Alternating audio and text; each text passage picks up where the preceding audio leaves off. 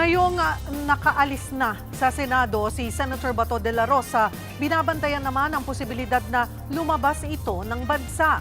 Live mula sa NAIA Terminal 3, nasa frontline ng balitang yan, si Mojo Francis Rivera. Francis, meron bang na-monitor ang taga-immigration?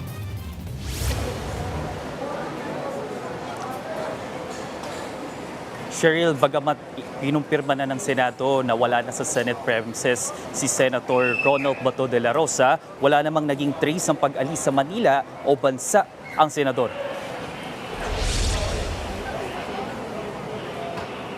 Ito ang nilinaw ni Bureau of Immigration spokesperson Dana Sandoval sa mensahe niya sa atin sa News 5. May mga umuugong kasing balita na umalis na ang senador sa Maynila kasama ang kalyado nitong si Senator Robin Padilla.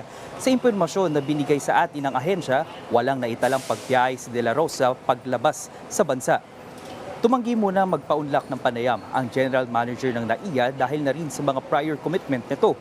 Ayon naman sa Public Affairs Office ng NAIA, wala raw silang namataan na VIP o government official sa loob ng Terminal 3. Kung sakaling may darating na kilalang personalidad o government official, reported daw agad ito sa kanilang opisina. Samantala, sa buong magdamag nating pagbabantay sa harap ng Senado, tanging paglabas lamang ng mga sasakyan ang tanging nakita. Walang humarap o nagpakitang senador sa atin. Lockdown ng buong Senate building hanggang nitong umaga, pero pinapasok naman ang mga empleyado nito. Tuloy kasi ang trabaho para sa mga empleyado sa Senado sa kabila ng putukan at kaguluhan kagabi.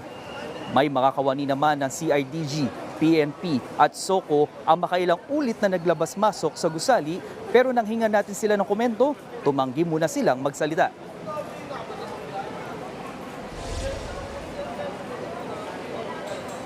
Cheryl, sa ngayon nananatiling maayos at normal ang sitwasyon ng terminal dito sa Pasay City, pero pero tuloy pa rin ang ating pagbabantay sa anumang magiging ganap dito.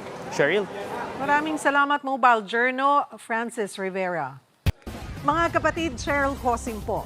Maging maalam at may pakialam sa mga napapanahong issue at headlines. Mag-follow at mag-subscribe na sa social media pages ng News 5.